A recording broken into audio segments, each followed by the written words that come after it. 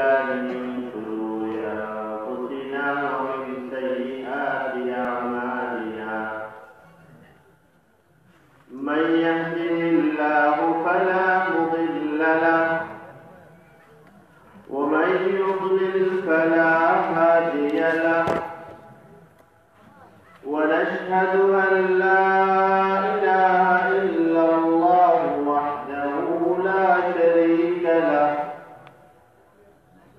ونشهد أن سيدنا ونبينا وشفيعنا ومولانا محمدا عبده ورسوله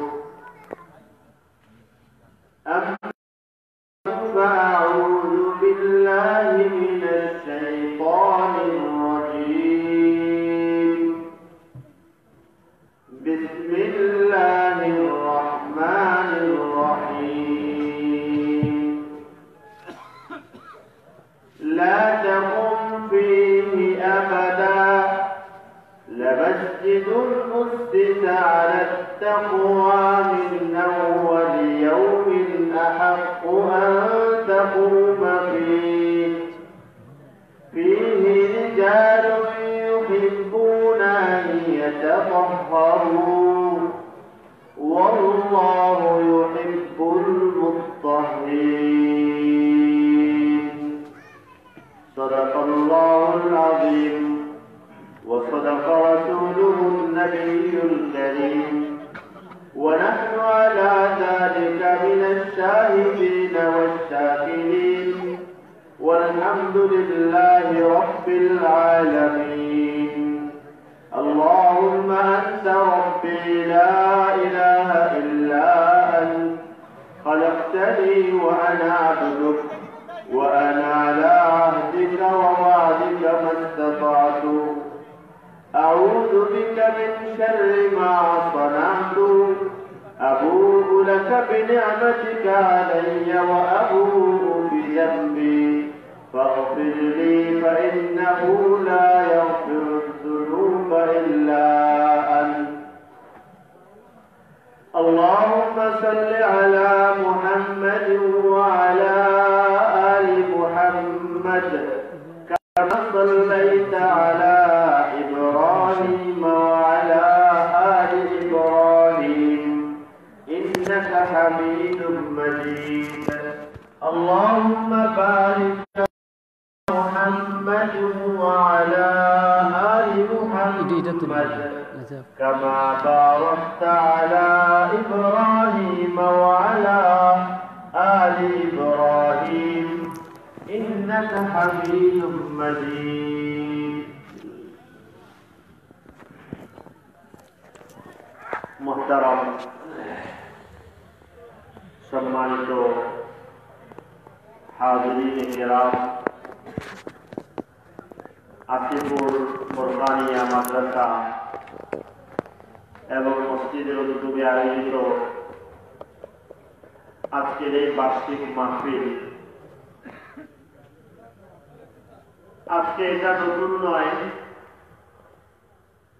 আমরা সেই আমার যতটুকু স্মৃতিতে আছে 30 বছরেরও বেশি সময়ের স্মৃতি আমার আছে মনে পরিষ্কার মনে ওই পুরা স্মৃতির সময় ধরে এখানে প্রতি বছর একটা ওয়াজ মাহফিল বার্ষিক মাহফিল হয় না আমি আমার স্মৃতির কথা বলছি আমি ছোটবেলা যখন আমার বয়স 5, 7, 8 এরকম বছর বয়স ছিল তখনও প্রতিদিন একবার আসতাম প্রতি বছর একবার মাহফিল হতো আমার আব্বার সাথে আসতাম নদী খেয়া পার হয়ে নৌকা পার হয়ে আসতে হতো এবং রাতে এখানে থাকা হতো পরের দিন সকালে যাওয়া হতো এটা অনেক মনে আসে আল্লাহর মেহেরবানি লম্বা সময় ধরে এটা চলছে এই মাহফিল এখনো এই বছরও হয়েছে আপনাদের অনেক কষ্ট অনেক মেহনত অনেক চেষ্টার ফলে আমি জানি অনেকের সাথে এই মাহফিল এই ওয়াজের আয়োজনের পিছনে অনেক কষ্ট করেছেন, অনেক শ্রম দিয়েছেন, অনেক সহযোগিতা করেছেন। আমি কি করব, সবার জন্য যে যে ধরনের শ্রম চেষ্টা কষ্ট সহযোগিতা আজকের এই মাহফিলের জন্য করেছেন, সবার জন্য রব্বুল আলামিন আমার আল্লাহর কাছে বলছি, দোয়া করছি আল্লাহ তাদের সবাইকে তার সাধ মোতাবেক উত্তম থেকে উত্তম বিনিময় দান করুন। আমিন। লা ইলাহা ইল্লাল্লাহ। বাকি একটা কথা, সেটা হলো অন্য যত বছর প্রত্যেকটা বছরে যে মাহফিল হয়েছে এবছরও হচ্ছে, প্যান্ডাল আগের মতোই, মাইক বাতি মানুষ সবকিছু, শুধু একটা পার্থক্য, শুধু কি একটা, সেই পার্থক্যটা হলো এমনি স্বাভাবিকভাবে হয়। একটা পার্থক্য বললে কম হয়ে যায়, এরকম প্রতি বছরই হয়।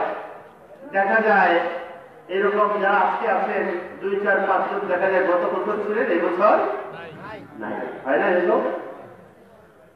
তো এটা সবসময় হয়। বিশেষ করে এই বছর যে জিনিসটা আমরা অনুভব করছি, যা চেষ্টা মেহনতের একটা বড় অংশ কেন্দ্র ছিল, যার প্রতি আপনাদের মহাব্বত ভালোবাসা ছিল, উনি আজকে নাই। এটা বড় একটা শূন্যতা, বড় একটা অভাব, এটা বড় একটা পার্থক্য, বড় একটা পার্থক্য। এবার আমি মনে করি সবাই ভোগ করছেন, সবাই টের পাচ্ছেন, এবং সবচেয়ে বেশি টের পাচ্ছেন যারা যারা, এর মধ্যে আমিও একজন। আমিও অনেক বেশি অনুভব করছি এই অভাব। আল্লাহ তাআলা আজকের এই মাহফিল উপলক্ষে, এই মাহফিলের উপলক্ষে উসিলায় যারা অতীতে দীর্ঘ বছরের পর বছর ধরে যারা এখানে শরীক হইতেন, শরীক থাকতেন, সহযোগিতা করতেন, আজকে নাই, যতজনই নাই, আল্লাহ তাআলা সবাইকে এর উসিলায় আল্লাহ মাফ করে দেন। আমিন। সবার কবরকে আল্লাহ তাআলা এর উসিলায় জান্নাতের বাগান বানায় দেন। আমিন। আর বিশেষ করে হযরত মাওলানা আব্দুল নূর সাহেব রাহিমাহুল্লাহ রাহমাতুল্লাহি আলাইহি, উনি নাই আজকে, ওনার বাপ আমরা বোধ করছি। আমরা আল্লাহর কাছে দোয়া করছি, আল্লাহ আপনি তাকে তার এই মেহনতের পরিপূর্ণ ফল আপনি তাকে তার কবরে পৌঁছায়। লা ইলাহা ইল্লাল্লাহ। অনেক সময়, লম্বা সময় আপনারা কথা শুনছেন, আরো কিছু সময় শুনবেন। এখনো কথা হয়েছে, আসছেন মাওলানা আমজাদ হুসাইন, কাছাকাছি চলে এসেছেন। এর ফাঁকে আমি বসেছি, আমি কিছু কথা, টুকরা কথা, কয়েকটা জরুরি কথা, ভাঙ্গা কয়েকটা কথা আমি আপনাদের সামনে পেশ করবো ইনশাআল্লাহ। কারণ আমার বেশ কিছু কথা বলা, সব কথা একদিনের সময় বলাও যায় না, বলা প্রয়োজনও নাই। বাকি কিছু কিছু কথা নিয়ত করেছি, আল্লাহ তাআলা যদি তৌফিক দান করেন আমি পেশ করছি, আল্লাহ তাআলা কবুল করেন। প্রথম কথা, হযরত রাসূলুল্লাহ সাল্লাল্লাহু আলাইহি ওয়াসাল্লাম ইরশাদ করেছেন একটা ছোট্ট দোয়া, আমি বলি আপনারাও বলেন সাথে সাথে, রাদিতু বিল্লাহি রাব্বা, বলেন রাদিতু বিল্লাহি রাব্বা ওয়া বিল ইসলামি দীনা ওয়া বি মুহাম্মাদিন নবিয়্যা। একবার হলো, অর্থটা আগে বলে নেই, এরপর আরো 2বার 3বার বলবো, তারপর আমি হাদিসটা শোনাবো। অর্থ হলো, আল্লাহ আমি আপনাকে রব হিসেবে গ্রহণ করতে পেরে, আপনাকে রব হিসেবে পাইয়া আমি খুশি। কি বলে আপনারা খুশি না আল্লাহকে রব হিসেবে পাইয়া? যারা রব খুঁজে আল্লাহ খুঁজতে গিয়া নিজের বানানো দেবী মূর্তি, মাটির প্রতিমা বা আসমান জমিন সূর্যকে রব বানাইছে, তারা কি আসল রবকে পেয়েছে? তো আল্লাহ আমি আপনাকে রব হিসেবে পাইয়া খুশি, 1 নম্বর। 2 নম্বর, ইসলামকে ধর্ম দিন হিসেবে পাইয়া খুশি। আর মুহাম্মদুর রাসূলুল্লাহ সাল্লাল্লাহু আলাইহি ওয়াসাল্লামকে নবী হিসেবে পাইয়া খুশি। কয়টা কথা? এটাই আগে বলেছি, আবার আমি বলবো। রাদিতু বিল্লাহি, বলেন রাদিতু বিল্লাহি রাব্বা ওয়া বিল ইসলামি দীনা ওয়া বিমুহাম্মাদিন নাবিয়্যা। দুইবার গেল, আরেকবার। রাদিতু বিল্লাহি রাব্বা ওয়া বিল ইসলামি দীনা ওয়া বিমুহাম্মাদিন নাবিয়্যা। তিনটা ছোট ছোট কথা মিলায় একটা দোয়া। একটা দোয়া আমরা কয়বার বললাম? 3বার। কি অর্থ? আল্লাহ আপনাকে রব হিসেবে পাইয়া, আপনার ইসলাম ধর্মকে দিন হিসেবে পাইয়া, আর মুহাম্মদুর রাসূলুল্লাহ সাল্লাল্লাহু আলাইহি ওয়াসাল্লামকে নবী হিসেবে পাইয়া আমি কি বড় বড় খুশি? বলেন বড় খুশি। খুশির কথা বলে মানুষ বেজার হয়ে কয়? খুশি যদি বেজার হয়ে কয় তাহলে খুশি হয় না। ছেলে চাইছে আব্বা আমার 100 টাকা দেন, বাবা 1 টাকা বাইর করে দেখায় না, এরপর আবার জিজ্ঞেস খুশি তো, তাহলে মুখ কালা করে কয় খুশি। খুশি হবে না? খুশি তো বোঝা যেতে হবে আপনাদের খুশি। এই খুশি চেহারায়, চোখে, মুখে, দিলে, মনে কি হতে হবে? প্রকাশ পেতে হবে, তাইলে তো খুশি। নাইলে খালি মুখে খুশি বললাম, এটা কি না? নাকি আল্লাহরে বুঝতে দিবেন যে আল্লাহ তো বুঝতে দেওয়ার ব্যবস্থা আছে নাকি? যে ভিতরে খুশি না, মুখে খুশি বললাম আল্লাহ খুশি হয়ে গেছে। খুশি বলতে হবে। রাসূলুল্লাহ সাল্লাল্লাহু আলাইহি ওয়াসাল্লাম হাদিস শরীফে আছে, রাসূলুল্লাহ সাল্লাল্লাহু আলাইহি ওয়াসাল্লাম তাবারানী শরীফে রিওয়ায়াত, মুআজামুল কবির তাবারানী রিওয়ায়াতে আছে, আল্লাহ নবী বলেছেন যে এই দোয়া, যে এই 3টা কথার এই দোয়াটা সকালে 3বার বলে। কয়বার? সকালে 3বার, বিকালে 3বার বলে। সকালে কয়বার? 3বার, আর বিকালে কয়বার? 3বার। আল্লাহ নবী বলেছেন কানা হাক্কান আলাল্লাহ আন ইউরদিয়াহু ইয়াওমাল কিয়ামাহ। আল্লাহ বলেছেন আল্লাহর উপরে দায়িত্ব হয়ে যায়, আল্লাহ নিজের উপরে নিজে দায়িত্ব বানায় নেন কিয়ামতের দিন, যে এই 3 কথা সকালে 3বার বিকালে 3বার বলে কিয়ামতের দিন আল্লাহ তাআলা তারে আল্লাহ নিজ দায়িত্বে তারে খুশি করায়া দেবে। সুবহানাল্লাহ। খুশি অনেক কঠিন দোয়া না এটা? অনেক পয়সা খরচ হবে দোয়া করতে না, অনেক সময় লাগবে এই দোয়া 3বার করতে না, না অনেক অনেক পেরেশানি হবে এই দোয়া 3বার করতে না, খুব সহজ। সহজ না? একটা ছোট দোয়ার কথা আমি বললাম, 2টা উদ্দেশ্য। একটা উদ্দেশ্য হলো এই দোয়া ছোট কথা, 3টা ছোট ছোট কথা, 3টা কি?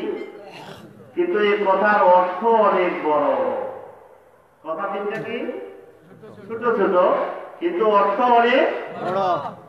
বুঝেন নাই? আপনারা একজন বললো আমি আপনাকে গাম দিয়া মহব্বত করি, ভালোবাসি, আপনার জন্য আমি যে কোনো ত্যাগ স্বীকার করতে।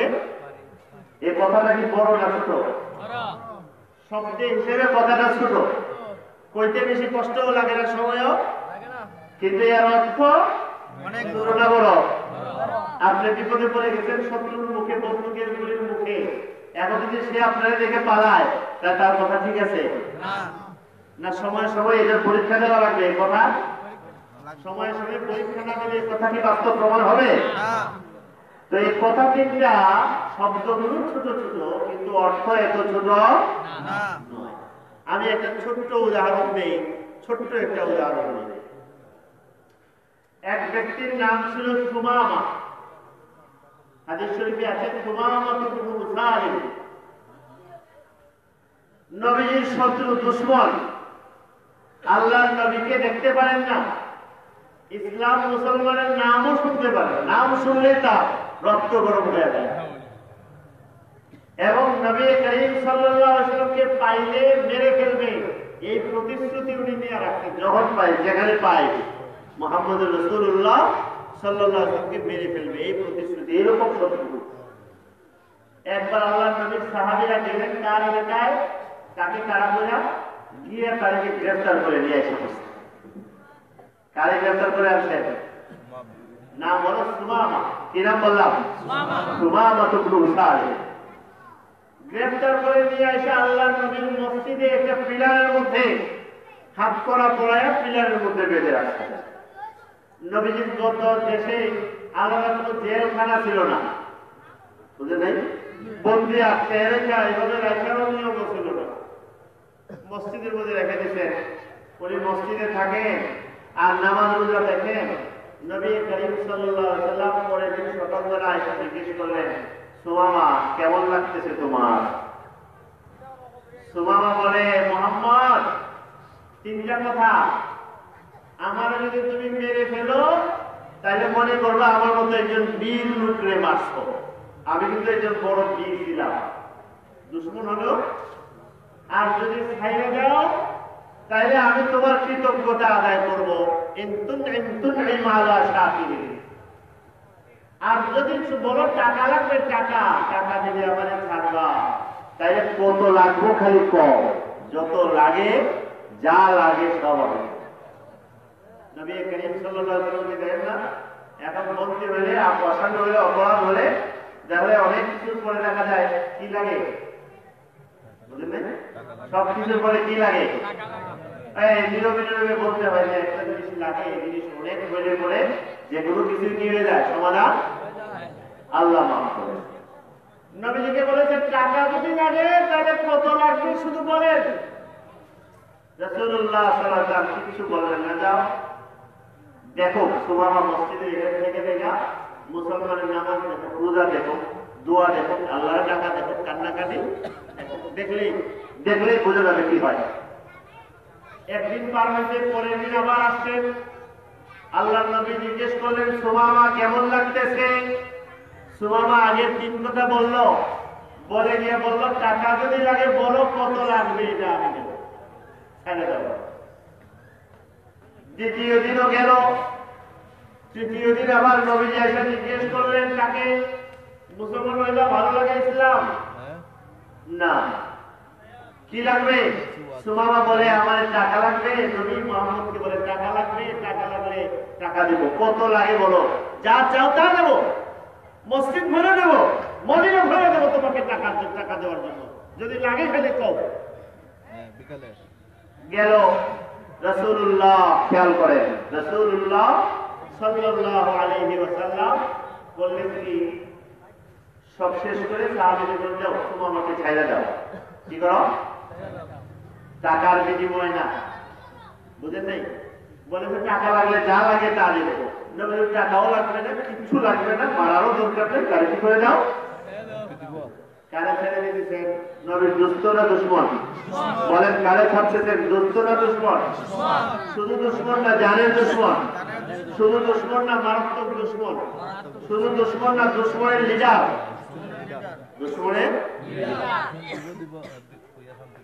যে নবীকে পাইলেই মারবে তাকে আল্লাহর নবী বলতেছেন ছাইরা দাও। কোন জায়গায়? মদিনার মসজিদের ভিতরে 3 দিন বন্দী করে রাখার পরে বলতে ইচ্ছা করে যা ইচ্ছা তা করতে পারে, কিছুই করেন নাই, না করে বলছেন কি করে দাও, ছেড়ে দাও, তারপরে ছেড়ে দাও। দেখা গেল কি করবে। এমনকি ওই লোক কিসের প্রস্তাব দিছে? টাকা। কিসের? কত টাকার প্রস্তাব দিছে? যা চাও। আমাদের যেমন অনেক কোটি টাকা লাগবে বলে, কত কোটি লাগবে বলে দেব। কারণ এই সুমামা ছিল ওই সময় আরবের ধনী এলাকার নেতা, প্রধান, রাষ্ট্রপ্রধান, তার জন্য কত কোটি দেওয়া কোনো ব্যাপার ছিল। কিন্তু আল্লাহর নবী না টাকা নিলেন, না তারে ধরলেন, না তারে মারলেন, না তাকে কাজ করলেন, কিছু না করে এমন শত্রু না শুধু শত্রু দলের প্রধান তারে ধরে মদিনার মসজিদের ভিতরে 3 দিন আটকে রেখে পড়ে রাসূলুল্লাহ সাল্লাল্লাহু আলাইহি সাল্লাম তাকে নিরাপদে ছেড়ে দিলেন। একটা গায়ের আঙ্গুল দিয়ে একটা দাঁতও করে দেখলেন না।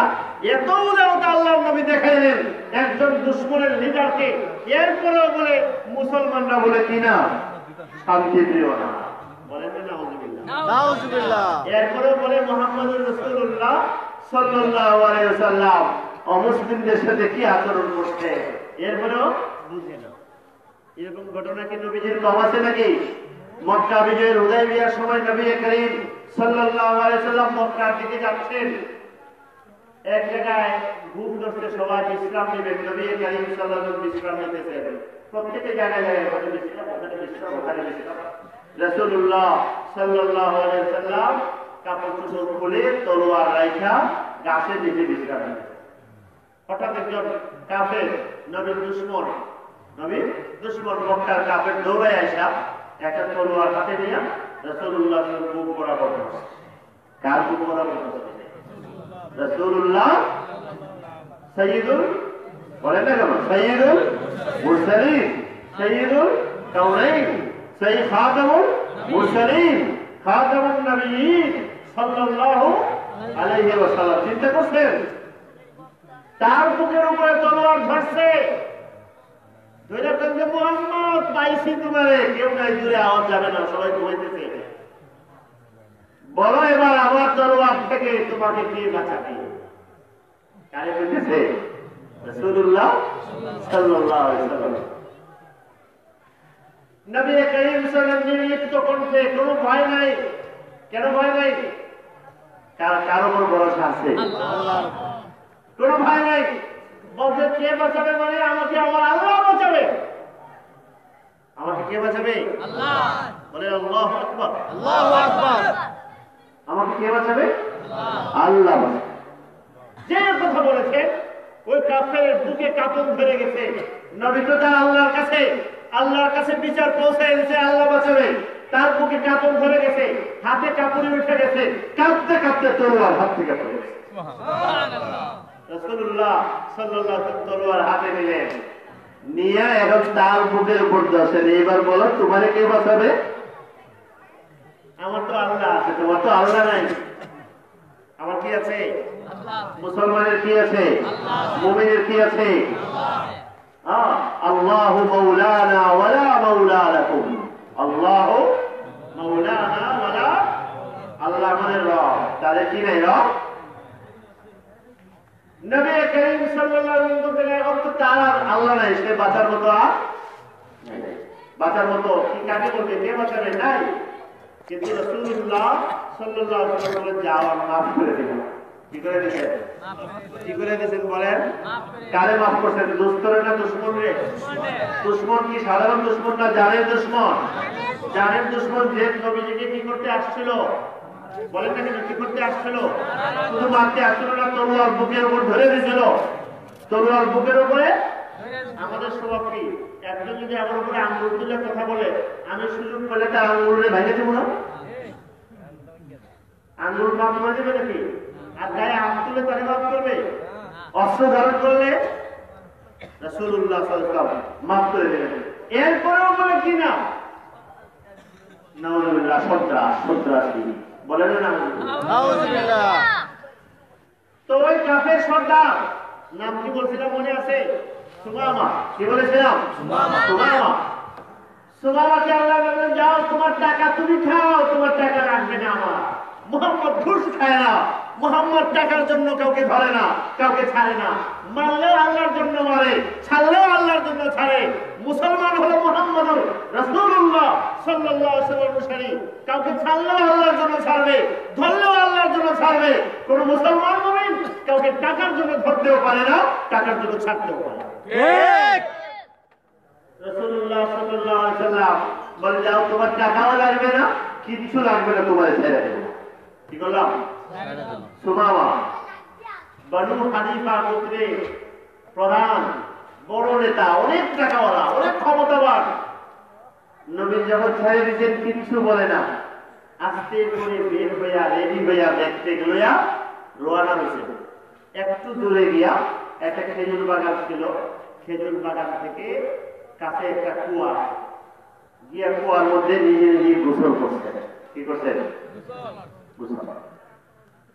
গোসল কইরা আস্তে করে আস্তে আস্তে নীরবে আবার রাসূলুল্লাহ সাল্লাল্লাহু আলাইহি ওয়াসাল্লামের দরবারে মসজিদে আবার এসে প্রবেশ করল।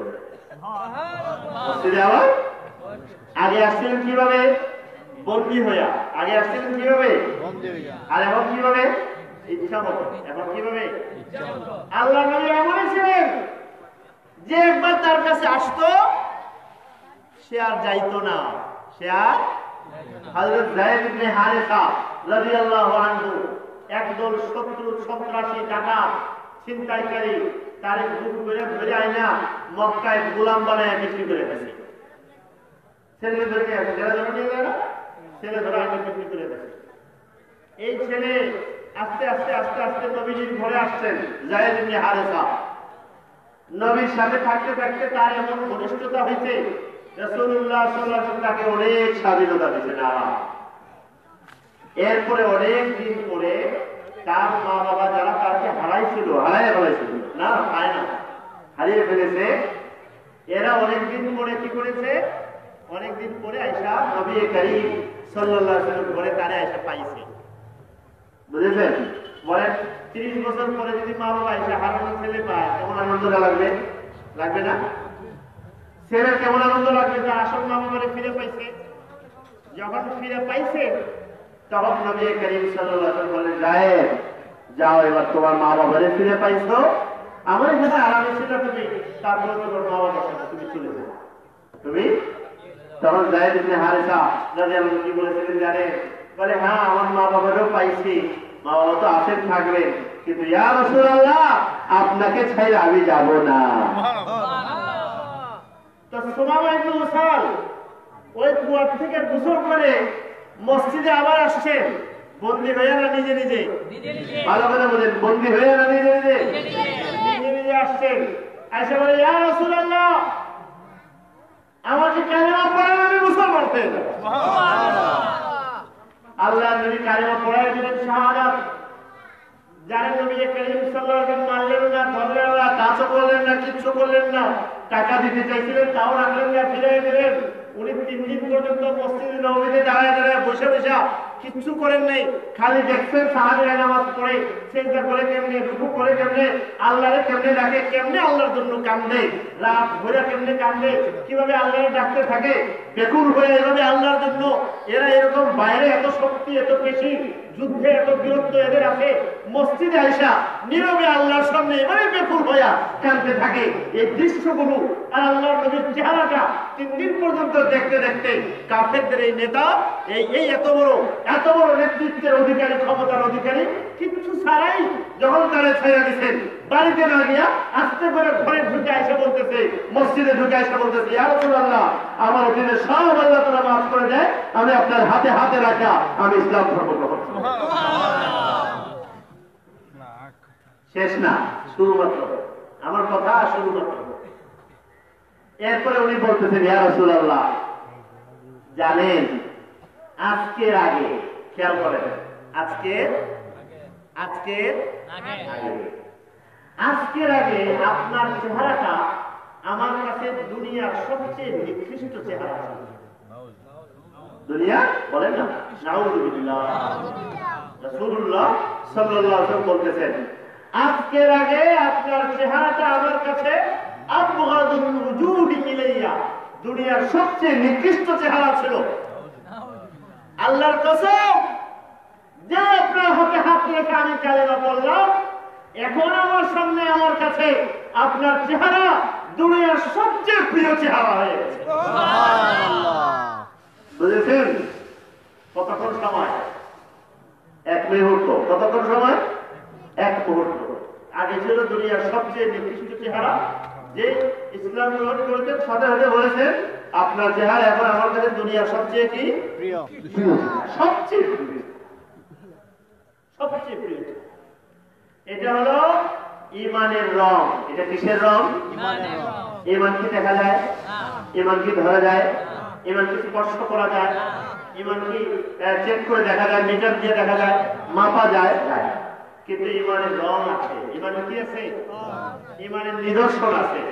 ইমানের একটা নিদর্শন হলো এটা, যেই ইমান ঢুকছে, ঢুকা মাত্রই, যে ইমান ঢুকছে কি হয়েছে? ঢুকা মাত্রই যে চেহারা তার কাছে সবচেয়ে নিকৃষ্ট ছিল, এই চেহারা তার কাছে সবচেয়ে কি হয়ে গেছে?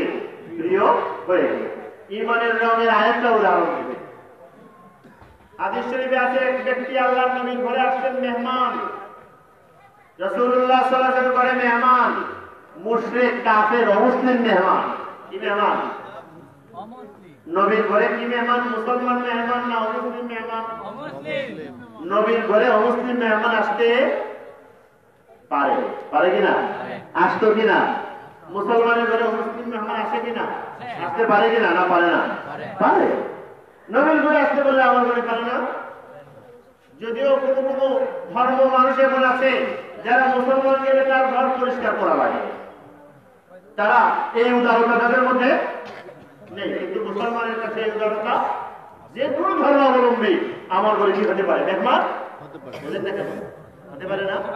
নবীর ঘরে মেহমান, নবীর ঘরে মেহমানের নবী মেহমানদারি করতে মুসলমান হলেও আল্লাহ নবী সাহাবীকে বললেন, যাও দুধ দহন করে নিয়ে আসো মেহমানের জন্য। একটা দুম্বার এক পেয়ালা, এক পাত্র দুধ, 1 কেজি, আধা কেজি, 1.5 কেজি এরকম দুধ, যাও দুধ নিয়ে আসো। দুধ নিয়ে আসছে উৎকৃষ্ট মেহমানদারি, তারে খাওয়াইছেন, উনি খাইছেন, পেট ভরে খাইছেন, অনেক খেয়েছেন। খাওয়ার পরে দেখা গেল মেহমানের চাহিদা মিটে নাই। মেহমান মুসলমান না মুসলমান? এই জন্য আল্লাহ নবী কোনো কমতিও করেন নাই, ত্রুটিও করেন নাই, কোনো অসম্মান বলে আরেকটা আনো গেছেন সাহাবী, মুসলিম শরীফের রিওয়ায়াত, আরেক ছাগল দহন করে আবার দুধ নিয়ে আসে। কয়টা হলো? এরপরে আল্লাহ নবী বলেন, দেখেন মেহমান শেষ হয়ে যায়, বলেন আরেকটা আনো। কয়টা হলো? বুঝে গেছে মেহমানের এখনো পেট ভরে নাই। আল্লাহ নবী বলেন আরেকটা আনো। কয়টা হলো? এরপরে আরেকটা। কয়টা? এরপরে আরেকটা। কয়টা? এরপরে আরেকটা। কয়টা? 7টা। কয়টা হলো? 7টা দুম্বা দুধ লাইনা তারে পেট ভরায়া খাওয়াইছেন। বলেন মেহমান মুসলমান না মুসলমান? এই জন্য রাসূলুল্লাহ সাল্লাল্লাহু আলাইহি ওয়াসাল্লাম কোনো কার্পণ্য খাওয়ানোর পরে এত সুন্দর মেহমানদারি করলে আর আল্লাহ নবী করছেন, এটার আসল আছে না? উনি এই মেহমানদারি গ্রহণ করে সব শেষ হয়েছে, এখন বলে ইয়া রাসূলুল্লাহ আপনি আমারে কালেমা পড়ায় দেন, আমি মুসলমান হয়ে যাব। সুবহানাল্লাহ। মুসলমান হয়ে গেল। মুসলমান হওয়ার পরে আরেকবার যখন খাবারের টাইম আসছে, তখন আগে থেকে কিন্তু বোঝা গেছে কয়টা খেয়েছে? 7টা না? 7টা খাওয়ার পরে এখন যখন আরেকটা খাবার আসছে, তখন বুঝাই গেছে যে এখন আর একটু বাড়ায় রেডি করে রাখতে হবে, যদি বেশি লাগে।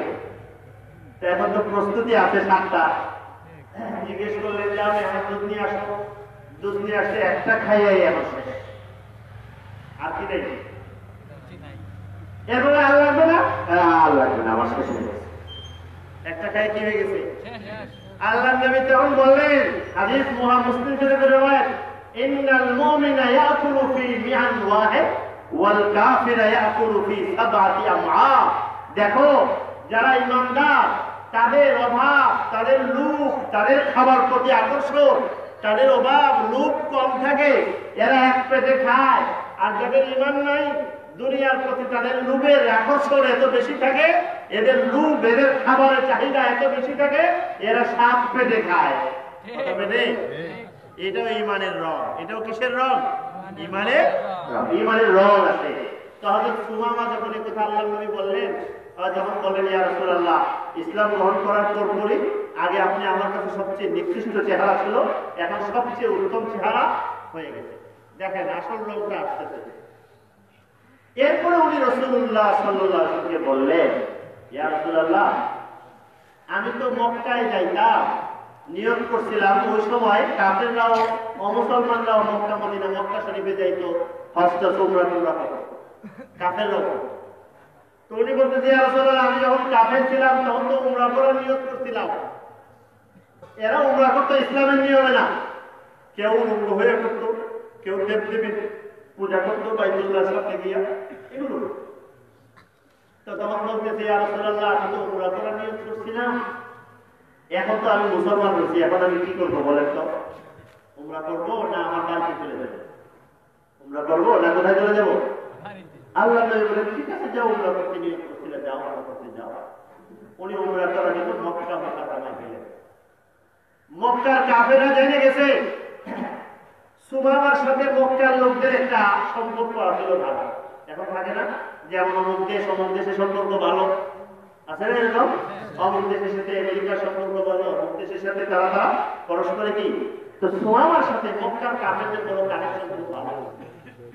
তো যখন মক্কায় গেছে সুমামা, মুসলমান হয়ে গেছেন, লেবাস পোশাক আলাদা, গিয়ে তো করতেছেন, উমরা করতেছেন মুসলমানের মতো। মক্কার লোকরা কাফেররা এখন চিৎকার শুরু করে, তুমিও বুঝি শেষ পর্যন্ত নষ্ট হয়ে গেলা, বলেন না তুমিও বুঝি বরবাদ হয়ে গেলা, শেষ পর্যন্ত তুমিও গেলা। এত বড় নেতা, এত বড় ক্ষমতা তোমার, এত টাকা পয়সা তোমাদের আছে, এরকম হয়ে গেলা। আসল ঘটনা হলো মক্কায় ফসল হয় না, কি হয় না? মাটি তো পাথরের মতো, পাথর ফসল হয় না। এই জন্য মক্কার লোকরা বিভিন্ন ব্যবসা বাণিজ্য করে, ফসল আসে অন্য জায়গা থেকে। সুমামার যে দেশ ইয়ামামা, ইয়ামামার লোকরা মক্কার জন্য ফসল সরবরাহ করত। এরা 100 টন, 200 টন গম দিনে মক্কার লোকরা খায়া বাঁচে, নালে বাঁচে। বুঝলেন না কথাটা? দেখেন না আমাদের দেশে পেঁয়াজের সংকট হলে অমুকদের থেকে না এলে পেঁয়াজের দাম কি হয়ে যায়, আছে না? এটা আগের যুগেও ছিল। যদি ফসল না আসে মক্কার লোকদের না খেয়ে থাকতে হবে। এদের ফসল কিন্তু সুমামা। এখন সুমামা যখন মুসলমান হয়ে গেছে, এদের মনে ভয়, আবার মুসলমান হয়ে গেছে, আবার কিছু চিৎকারি করতেছে, কয় যে তুমিও বুঝি শেষ পর্যন্ত কি হয়ে গেলা, নষ্ট হয়ে গেলা, বরবাদ হয়ে গেলা। এখন সুমামার ইসলাম এবং ঈমানের আসল রংটা প্রকাশ পাইছে। আমি শুরু করছিলাম আলোচনা একটা দোয়া থেকে, মনে আছে কি দোয়া? 3টা শব্দ, আল্লাহ আমি আপনাকে রব হিসেবে পাইয়া খুশি, ইসলামকে দ্বীন হিসেবে পাইয়া খুশি, নবী মুহাম্মদ রাসূলুল্লাহকে নবী হিসেবে পাইয়া খুশি। আর যদি মুখস্থ না করতে পারেন বাংলা শিখে রাখেন। সকালে কয়বার? 3 বার। বিকালে কয়বার? 3 বার। যে সকালে 3 বার এই দোয়া পড়বে, বিকালে 3 বার এই দোয়া পড়বে, আল্লাহ নবী বলেছেন কিয়ামতের দিন আল্লাহ তাআলা নিজ দায়িত্বে তারে খুশি করায় দিবেন। সুবহানাল্লাহ। কিয়ামতের দিন খুশি কেমনে হবে? জান্নাতে গেলে না জাহান্নামে গেলে? জান্নাতে গেলে। জান্নাতে গেলে। তো আল্লাহ খুশি কিভাবে করবেন? জান্নাতে পৌঁছায়া, জান্নাতে পৌঁছায়া খুশি করবেন। আমি বলতেছিলাম ইসলাম পাইয়া যে খুশি, এটা কি মুখের কথা না আসলে খুশি? খুশিটা মুখে না আসলেই? আসলে খুশি হলে শুধু মুখে প্রকাশ করলে চলে না, এটা কাজেও প্রকাশ পাইতে হবে। কাজেও প্রকাশ পাইতে হবে। কাজে প্রকাশ কেমনে পায় এটার উদাহরণ দেওয়ার জন্য আমি সুমামার লম্বা ঘটনা আপনাদেরকে শুনাইলাম। কাজে কেমনে প্রকাশ পাইব? আপনি ইসলামকে দিন হিসেবে পাইয়া খুশি না বেলা, এটা কাজে প্রকাশ কেমনে পায় এটা দেখেন। সুমামা রাদিয়াল্লাহু আনহু থেকে শুনে। সুমামা ছিলেন কাফেরদের সর্দার, মক্কার কাফেরদের সর্দার, ক্ষমতাবান সর্দার, অনেক টাকা পয়সার মালিক। উনি ইসলাম গ্রহণ মাত্র করছেন, কয়দিন হয়েছে? 1 সপ্তাহ হয়ে গেছে। কারণ ইসলাম গ্রহণ করছেন মদিনা, কইরাই মক্কার দিকে রওনা করেছেন উমরা করার জন্য। তখন উনি মক্কার লোকদের বলছেন, তোমরা আমার নিয়ে চিৎকারি করো, আমি মুসলমান হয়ে গেছি, নষ্ট হয়ে গেছি। মনে রাখবা, মনে রাখবা, আমি যে জিনিস গ্রহণ করেছি এই জিনিসের নাম ইসলাম। যে জিনিস গ্রহণ করেছি এই জিনিসের নাম ইসলাম। মনে রাখবা, যদি মুহাম্মদুর রাসূলুল্লাহ সাল্লাল্লাহু আলাইহি ওয়াসাল্লাম শুধু আমার এখানে অর্ডার করেন বা আমি জিজ্ঞেস করি, শুধু যদি অনুমতি দেন, শুধু যদি অনুমতি দেন, তাইলে তোমরা যে ইয়ামামার গম খায়া বাঁচো, তোমরা যে ইয়ামামার রুটি খায়া বাঁচো, তোমরা যে জিনিস খায়া বাঁচো, জীবন ধারণ করো, খালি যদি আমাকে মুহাম্মদুর রাসূলুল্লাহ সাল্লাল্লাহু আলাইহি ওয়াসাল্লাম খালি অনুমতি দেন, তাহলে আল্লাহর কসম করে বলছি ইয়ামামার একটা গম তোমাদের মক্কা নগরের মাটিতে পড়বে না। তোমরা খায়া বাঁচা লাগবে না, তোমরা গায়ে বাঁধা লাগবে না, একটা গম এই বাড়িতে আসবে না।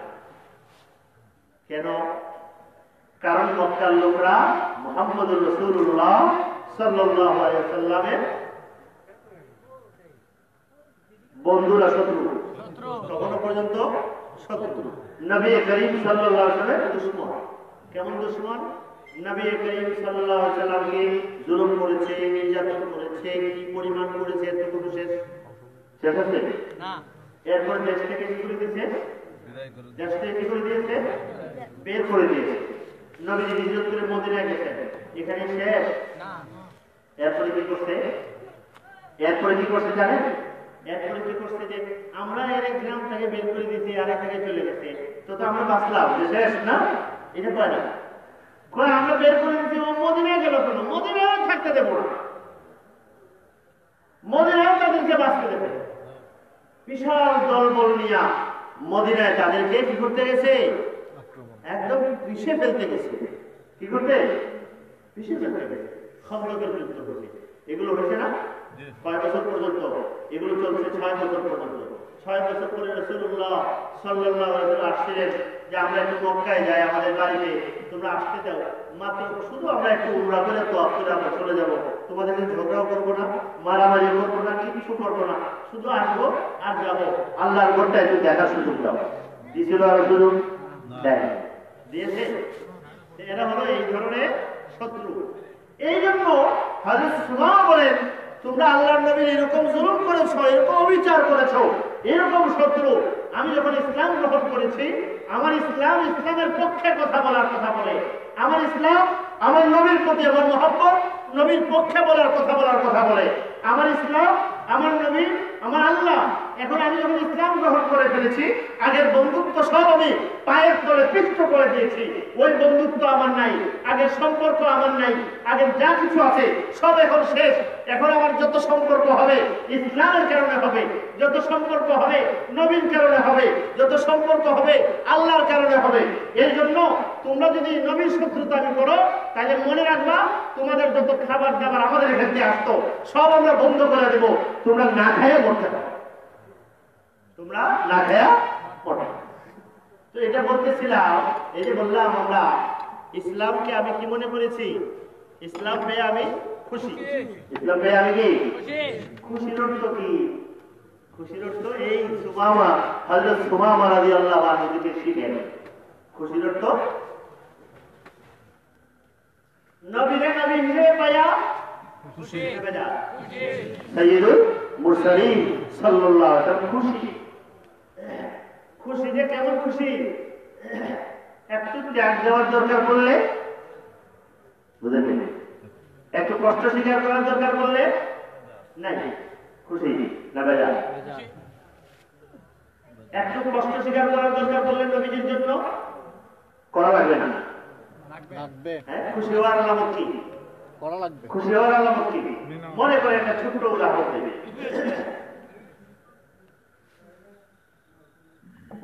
রাসূলুল্লাহ সাল্লাল্লাহু আলাইহি ওয়াসাল্লামের একটা বড় বৈশিষ্ট্য হলো নবী করিম সাল্লাল্লাহু আলাইহি ওয়াসাল্লাম বলেন খাতামুন নবিয়্যিন, সাইয়্যিদুল মুরসালিন, খাতামুন।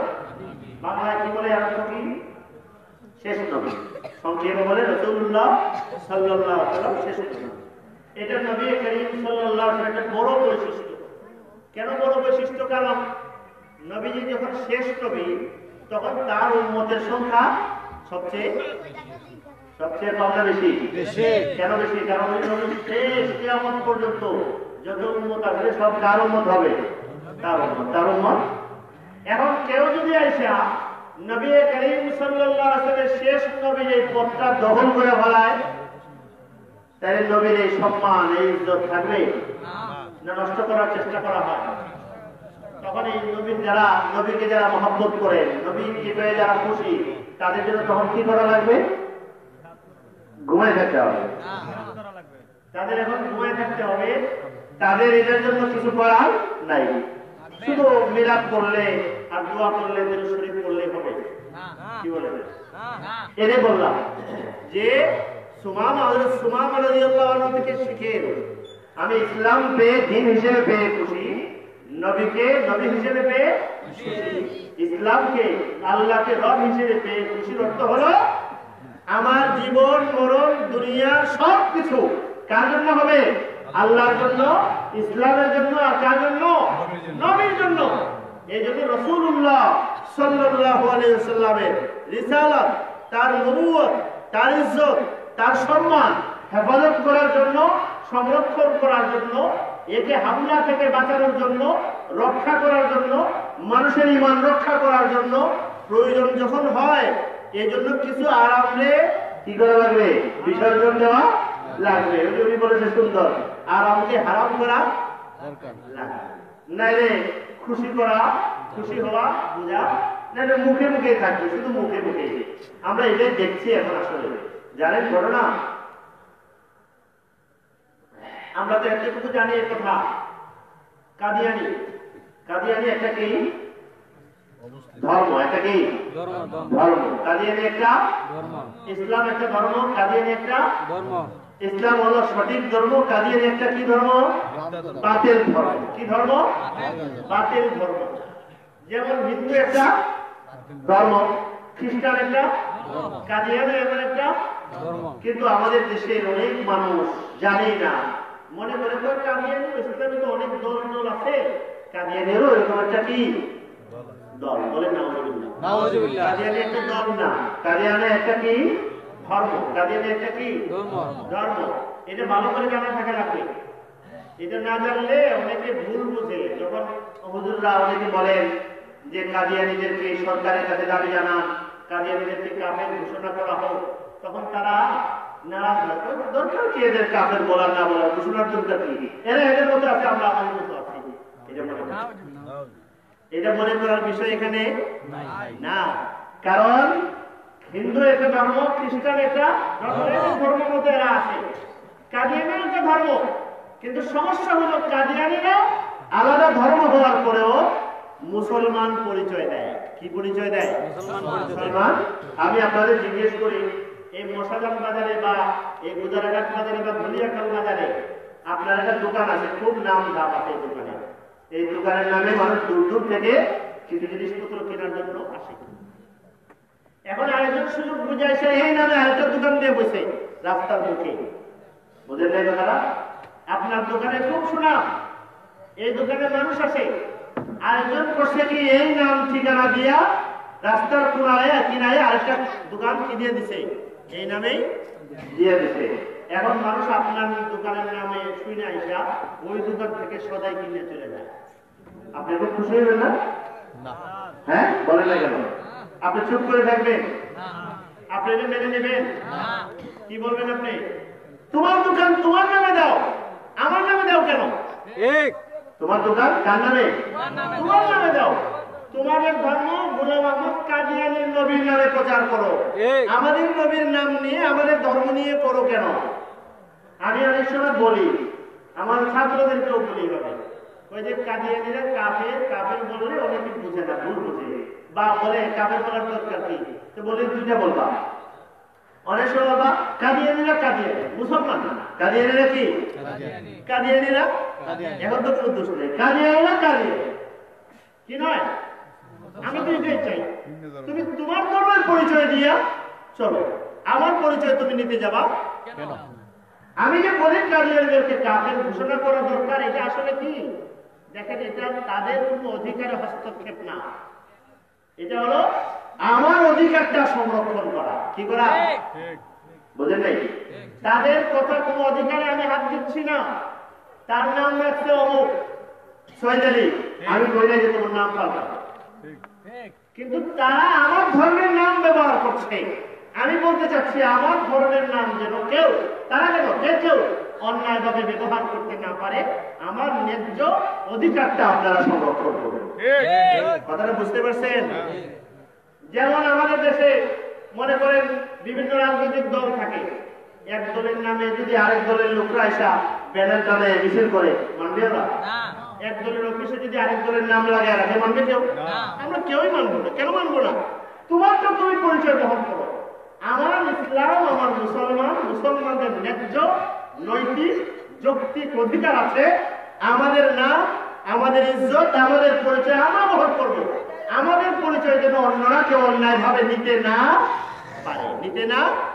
এই জন্য খেয়াল করেন, আমি কারো কোনো অধিকারের হস্তক্ষেপ করছি না, কারো নাম নিয়ে আমার কোনো আপত্তি নেই। আমার আপত্তি শুধু এটা, আমার নাম যেন অন্য কেউ ব্যবহার করতে না পারে, আমার নাম যেন অন্য কেউ ব্যবহার করতে না পারে। এই কথাটা পরিষ্কার রাখবেন।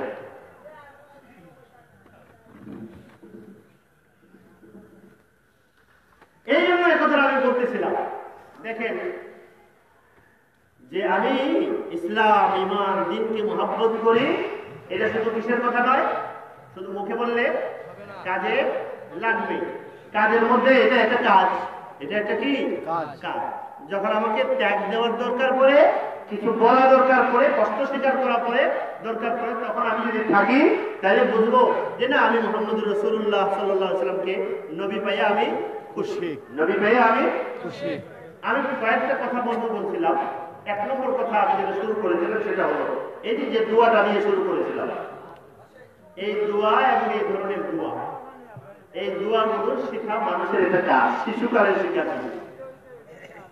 আমাদের হযরত মাওলানা আব্দুল নূর রাহমাতুল্লাহি আলাইহি, ওনার একটা বড় চেষ্টা ছিল।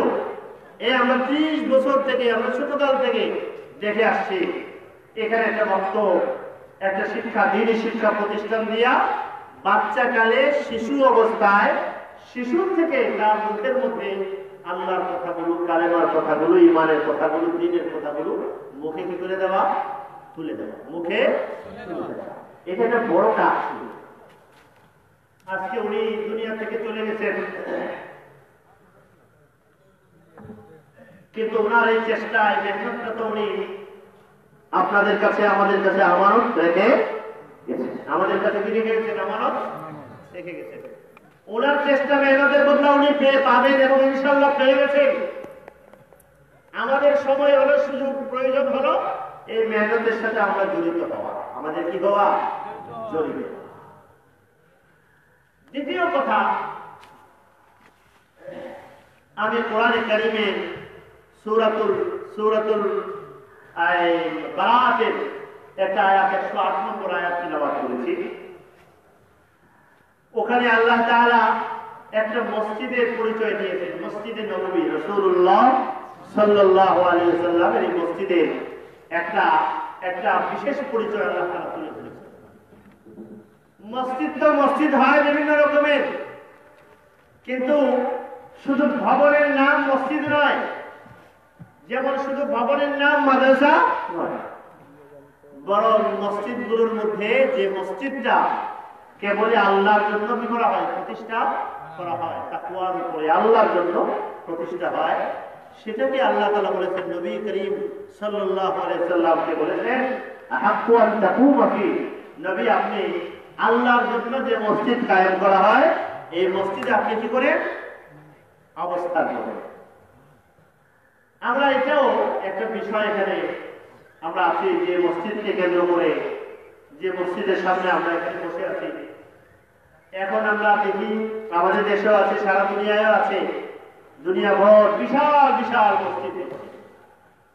পৃথিবীর অনেক দেশ আছে, হ্যাঁ অনেক দেশে এখনো আছে বড় বড় মসজিদ। ভারতে আছে, স্পেনে আছে, যে মসজিদগুলো 200, 300, 400 বছর আগে কি করা হয়েছে, বানানো হয়েছে, এখনো আছে। এমন সুন্দর মসজিদ দেখলে চোখ ফেরানো যায় না। কিন্তু এমন মসজিদগুলো এমনও আছে, এমন মসজিদ আমারও দেখার সুযোগ হয়েছে, যে মসজিদে এখন নামাজি নাই, কিন্তু ইউরোপে সাদা চামড়াওয়ালা নারী পুরুষরা অর্ধনগ্ন, নগ্ন, বিবস্ত্র, আধা কাপড় পরে এসে দেখতে আসে, ঘুরে ঘুরে বলে নাও।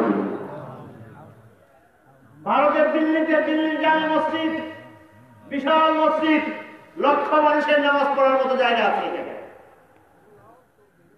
কিন্তু নামাজি পাওয়া যায় খুবই অল্প। সারা সপ্তাহ দেখা যায় পৃথিবীর বিভিন্ন দেশ থেকে নারী পুরুষ, মুসলিম অমুসলিম, নগ্ন অর্ধনগ্ন, এরা এসে ঘুরে ঘুরে দেখতেছে সৌন্দর্য। এটা তো এমন দেশ, এমনও দেশ আছে যে দেশগুলো মুসলিম দেশ নামে পরিচিত, বিশাল বিশাল মসজিদ করে রাখছে, দেখতে মসজিদের চোখ ফেরানো যায় না, কোন দিকে তাকাইবেন। মসজিদের ভিতর পর্যন্ত মুসলিম অমুসলিম নারী পুরুষে ওই রকম নগ্ন অর্ধনগ্ন বিবস্ত্র অর্ধবস্ত্র পরিহিত নারী পুরুষের মেলা দেখতে এসেছে। এক হাদিসে এই ইঙ্গিত পাওয়া যায়, মাসাজিদুহুম আমিরাতুন ওয়া হিয়া খারাবুন মিনাল হুদা। বিশাল বিশাল মসজিদ হবে, কিন্তু মসজিদে হেদায়েতের আলো থাকবে না, হেদায়েতের আলো। এই জন্য মসজিদের এই বিশালতার দিকে আমাদের নজর কম, নজর মৌলিক না, বরং মসজিদ থাকা, মুসল্লি থাকা এবং মসজিদে মুসল্লি আসার জন্য যারা নামাজ পড়ে তাদের কোরআন তেলাওয়াত সহি করা, নামাজ ঠিক করা, ঈমান ঠিক করা, আমল ঠিক করা, তাদের শিরক থেকে বাঁচানো, তাদেরকে বিদআত থেকে বাঁচানো, তাদেরকে আল্লাহ আল্লাহ রাসূলের পথে মজবুত করে ধরে রাখার জন্য এই মসজিদের সাথে দ্বীনি শিক্ষার ব্যবস্থা ধরে রাখা জরুরি। ধরে রাখা কি ফরজ পর্যায়ে জরুরি। এই দুইটা কাজই হযরত মাওলানা আব্দুল নূর রাহমাতুল্লাহি আলাইহির বড় আগ্রহ ছিল, বড় মিশন ছিল, বড় মিশন ছিল। আমি গত রমজানেও রমজান মাসে একবার এসেছিলাম এখানে, এরপরও এসেছি। তো যখন শেষ রমজানের পরে ঈদের 2 দিন আগে ঢাকা যাওয়ার আগে এসেছিলাম, তখন আসার পরে যদি খুব দুর্বল অবস্থায় ছিলেন, ইন্তেকালের অল্প কিছুদিন আগেই তো একবার এসেছিলাম, তখন খুব মন খারাপ, খুব কষ্ট। তখন আমরা ওনার সাথে কিছু কথা আমার হয়েছিল এবং ওখানে ওনার সাথে কিছু দোয়া হয়েছিল, উনি দোয়া করেছিলেন। তখন এই ধরনের কথা এই সময় এবং এর কয়েক মজলিস পর্যন্ত এই কথাটা উনি আমার কাছে, এখানে যারা আছে তাদের কাছেও বারবার বলছিলেন। ওনার সবসময় এটা ছিল এই মসজিদটা, এই মসজিদের সাথে যে দিনই একটা দরজা মাদ্রাসা আছে, এটা যেন টিকে থাকে, এটা ওনার সবচেয়ে বড় আশা। দেখেন, যারা আল্লাহকে ভয় করেন, আল্লাহর সাথে যাদের সম্পর্ক, এরা মৌতের সময় এদের চিন্তা টাকা পয়সা সন্তান এগুলো নিয়ে কম থাকে। এগুলো নিয়ে কি থাকে? থাকে হলো দিন নিয়ে। এই জন্য আল্লাহ তাআলা তাদেরকে, আমরা এখানে সামনে আছি মসজিদটাকে নিয়ে, আমি শুনছি অনেক কথাই। অনেক দিন আগে একটু কাজ শুরু করা হয়েছিল, এরপরে আবার থেমে আছে। অনেক ভাইরা এটার জন্য বেশ সিমেন্ট রড অনেক কিছু লিখিয়েছেন। এগুলো আদায় করার জন্য আগে কাজ শুরু করার জন্য কাজ করার মতো অর্থের ব্যবস্থা সংযোজন রাখা। আমি একটা হাদিস রাসূলুল্লাহ সাল্লাল্লাহু আলাইহি ওয়াসাল্লাম শুনাই, মুতাওয়াতির পর্যায়ের হাদিস। আল্লাহ নবী এই কথা অনেকবার বলেছেন, অনেক সাহাবী আল্লাহ নবীর থেকে রিওয়ায়াত করেছেন। রাসূলুল্লাহ সাল্লাল্লাহু আলাইহি ওয়াসাল্লাম বলেছেন, মান বানা লিল্লাহি মসজিদান বানাল্লাহু লাহু বাইতান ফিল জান্নাহ। যে আল্লাহর জন্য, যে কার জন্য বলেন, কার জন্য? আল্লাহর জন্য মসজিদ বানালো। একটা কি বানালো? মসজিদ বানালো। আল্লাহ বলেছেন বানাল্লাহু লাহু বাইতান ফিল জান্নাহ। আল্লাহ নবী বলেছেন আল্লাহ তাআলা তার জন্য এর বদলা জান্নাতে তার একটা ঘর বানায় দেবে। সুবহানাল্লাহ। বুঝেছেন? এখন আপনারা মনে মনে চিন্তা করবেন যে আরে একটা মসজিদ বানাইতে তো এখানে 25 লাখ টাকা লাগবে, তো জান্নাতে একটা ঘর বানাইতে হলে আমার জন্য আমার কত টাকা খরচ করতে হবে? বোঝেন না কেন? 25 লাখ তো আমার না, কারণ আমি পাবো না, যারা ধনী আছে তারা পাবে। এই ভয়ের দরকার নাই। এই ভয়ে আরেক হাদিস বুখারী শরীফের রিওয়ায়াত আছে। এই কথা বলতে বলতে একদিন আল্লাহর নবী বলেন, ওয়ালাউ তামাফহাসি কাতাতিন।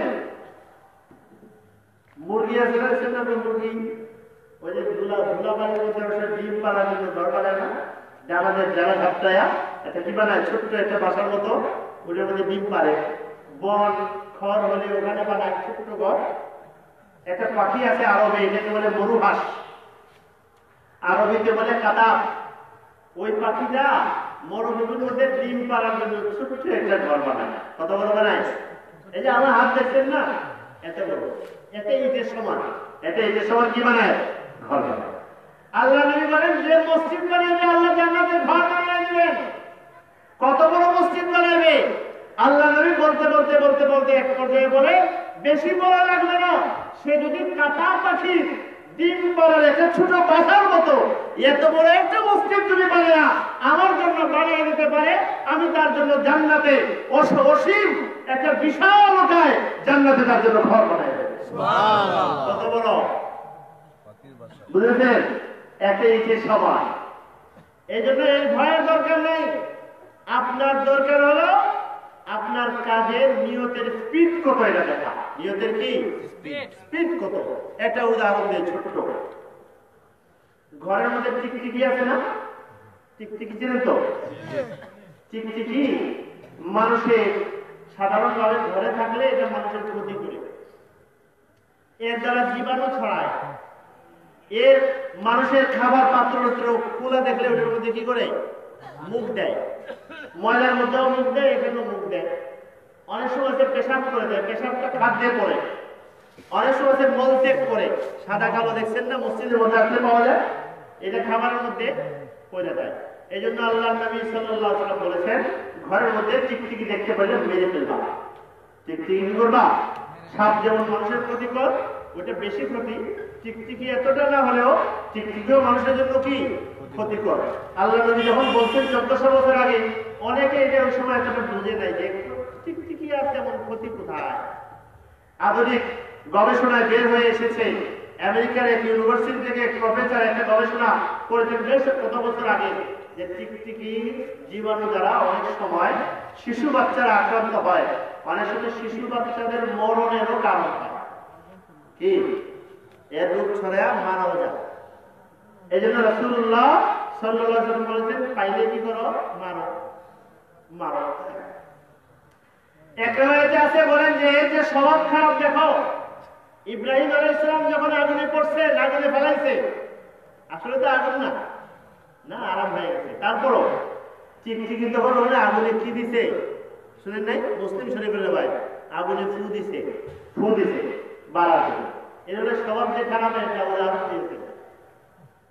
তো আল্লাহ নবী এক হাদিসে বলেছেন, বুখারী শরীফের রিওয়ায়াতে আছে, আল্লাহ নবী বলেছেন, টিকটিকি যে আমি মারতে বলেছি, আমার এই হুকুমটা পালন করে, অনেকে তো করে, হুকুম পালনের একটা বিভিন্ন ধরন আছে না, নামাজের হুকুম পালন করে অনেকে। অনেকে আছে আজানের আগে এসে বসে পড়ে, কেউ আছে আজান শুনলে আসে, কেউ আছে আজানের পরে যার টাইম দেবে, আমার আমাদের 3 মিনিট যাবে, আমি গিয়া পাই বা দেখা যায় আমাদের কাজ রুকু তো পাইব, রুকুর আগে গিয়া আছেন এরকম মানুষ। কেউ আছে কোন রকম শেষ জায়গা পাইলেই, এই যে ক্যাটাগরি আছে না, আল্লাহ নবী সাল্লাল্লাহু আলাইহি ওয়াসাল্লাম বলেছেন, আমলের জন্য যখন এই যে ক্যাটাগরি ভাগ হয়, যার যত আগ্রহ সব সে তত বেশি বেশি পায়। এই জন্য আল্লাহ নবী বলেন, এই টিকটিকিনে যে এক বাড়ি দিয়ে মারবে, বুঝে যায় তার মধ্যে আগ্রহ বেশি। আগ্রহ কি? যে 2 বাড়ি দিয়ে মারবে তার মধ্যে বেশি না, 1 বাড়ি দিয়ে বেশি। যে 3 বাড়ি মারবে এর বেশি না, 1 বাড়ি ওলার বেশি। আল্লাহ নবী বলেন, যে 1 বাড়ি দিয়ে মারবে তার 300 নেকি। কত নেকি? যে 2 বাড়ি দিয়ে মারবে তার কত?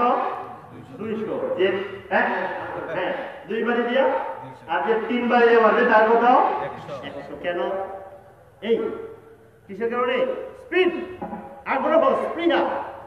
তো এই যে কাজ আপনি মসজিদের কাজ শুরু হয়ে গেছে, আপনি লেখাইছেন, বলছেন, আপনার দিল থেকে আগ্রহ নিয়ে যত তাড়াতাড়ি, যত আগ্রহের সাথে, যত অল্পই হোক, যত স্পিডের সাথে আল্লাহকে যত খুশি করে আপনি দিবেন, আল্লাহ তাআলা আপনার একটা ইটের মধ্যেও আল্লাহ জান্নাতে আপনার জন্য একটা ঘর বানিয়ে দেবেন ইনশাআল্লাহ।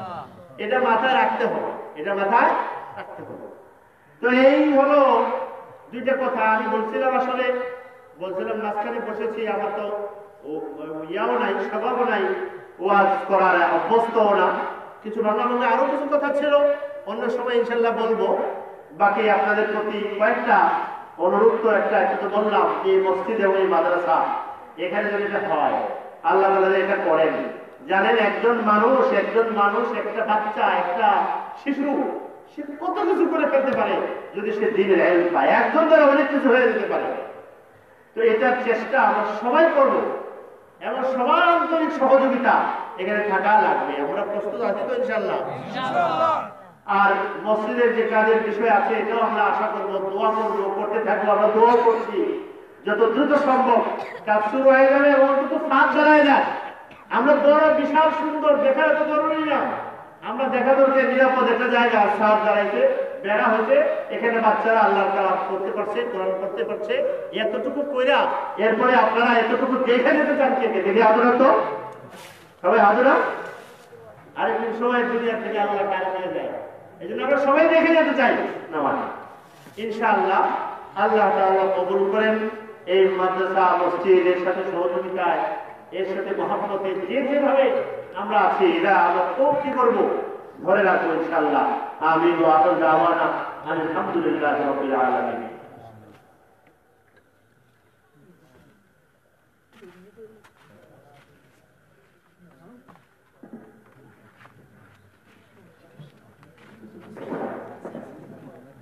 আলহামদুলিল্লাহ।